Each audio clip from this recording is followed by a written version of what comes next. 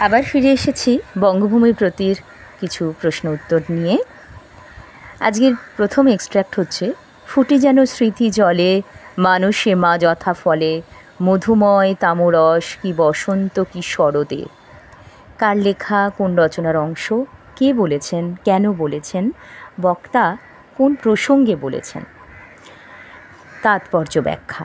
উদ্ধৃতাংশটি Michael Madhusudan দত্তের লেখা বঙ্গভূমির প্রতি কবিতা থেকে নেওয়া। এই কথাগুলি স্বয়ং মধুসূদন দত্ত বলেছেন। তিনি ইংরাজি সাহিত্যে চর্চা করতে গিয়ে ব্যর্থ হয়েছিলেন। ব্যর্থ হয়ে স্বদেশে ফিরে এসে বাংলা সাহিত্য রচনায় আত্মনিয়োগ করেন।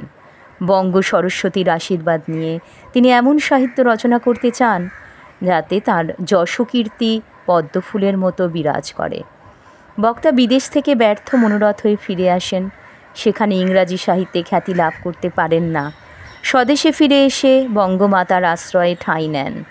বঙ্গ সরস্বতীর কৃপায় বাংলা সাহিত্য রচনা করতে থাকেন।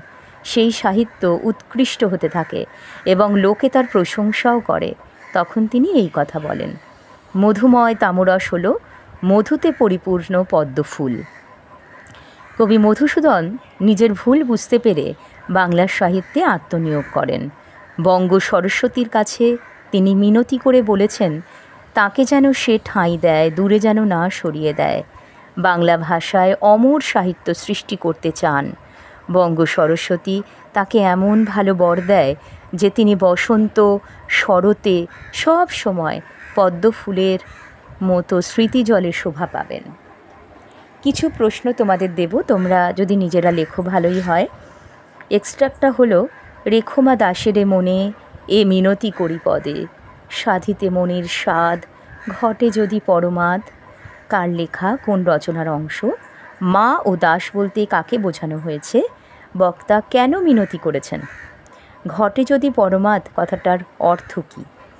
আজ এ পর্যন্তই। ধন্যবাদ সবাইকে।